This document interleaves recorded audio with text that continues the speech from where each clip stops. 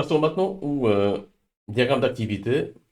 Donc, vous savez qu'en UML, donc il y a deux types de modélisation. Soit alors, on est en train de modéliser donc alors l'aspect statique. Dans ce cas-là, on utilise donc tout ce qui est diagramme de classe, diagramme d'objet, et puis la modélisation dynamique. Dans ce cas-là, on utilise des diagrammes de cas d'utilisation.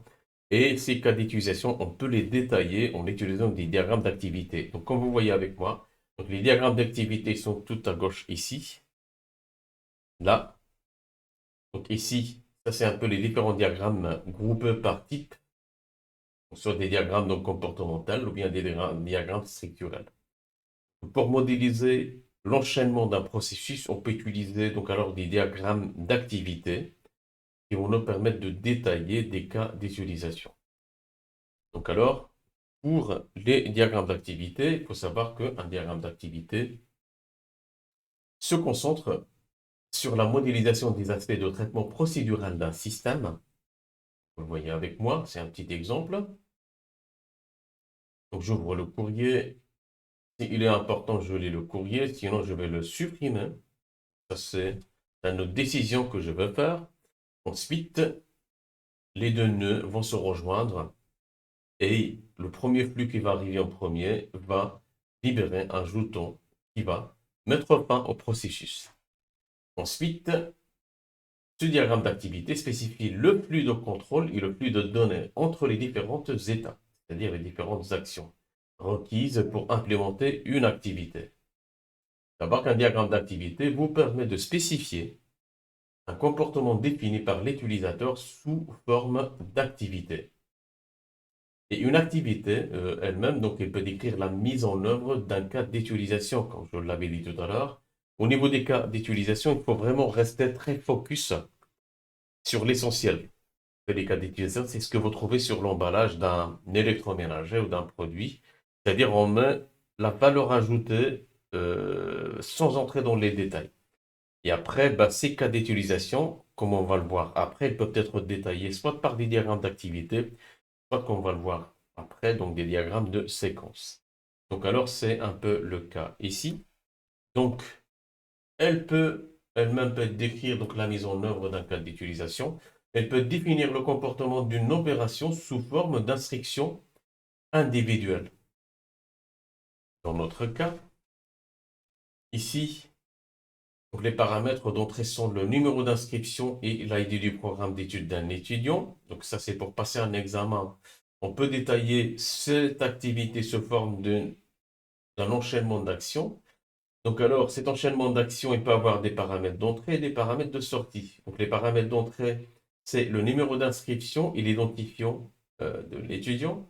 La première chose, c'est s'inscrire, ensuite passer l'examen. Une fois que l'examen est corrigé, ben, on va affecter une cote ou bien une note à cet utilisateur.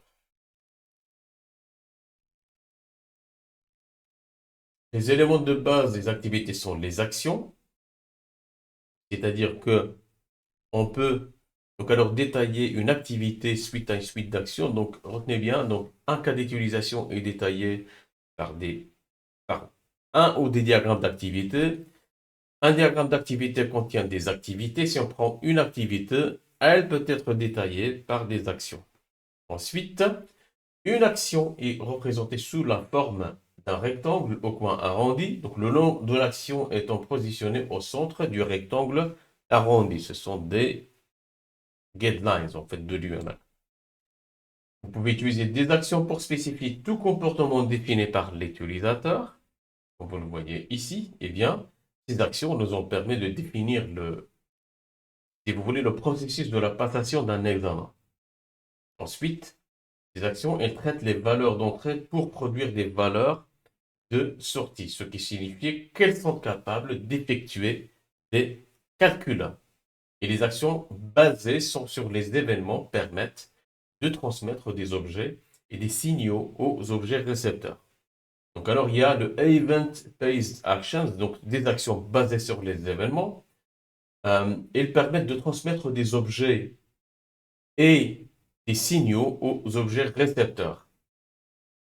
Et vous pouvez utiliser une action d'événement d'acceptation pour modéliser une action qui attend l'occurrence d'un événement spécifique. Donc ici, vous voyez par exemple, chaque fois qu'une alarme incendie est déclenchée, la salle de conférence doit être évacuée. Donc l'alarme d'incendie est déclenchée, on évacue automatiquement la salle de conférence. Et les actions d'événement accept time n'ont pas nécessairement de paramètres d'entrée, de déclencheur externe du process. Fin du semestre, on le sait, une fois que c'est la fin du semestre, eh bien, on va délivrer les certificats. Et alors, à la fin d'un semestre, des certificats sont délivrés.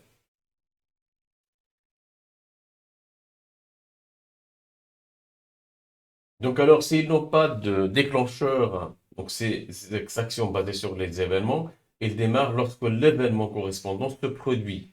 Fin de semestre, délivré, certificat. Ensuite, ils restent actifs, c'est-à-dire qu'ils peuvent recevoir des signaux jusqu'à la fin de l'activité qui les contient.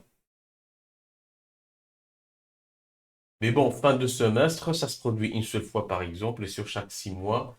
Donc alors, ce qui va, si vous voulez libérer un jeton qui va en quelque sorte exécuter l'activité, délivrer les certificats, et après la fin du semestre, bien évidemment, cet événement n'est plus reproduit. Donc, du coup, l'activité délivrée certificat n'aura plus lieu.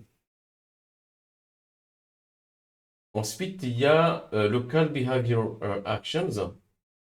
Donc ici, par exemple, les activités peuvent appeler les actions, pardon, peuvent appeler des activités elles-mêmes. Donc l'action passer l'examen va appeler l'activité délivrer les certificats. Il faut savoir que ces actions sont appelées actions de comportement d'appel et ils sont marqués d'un symbole de fourche inversée.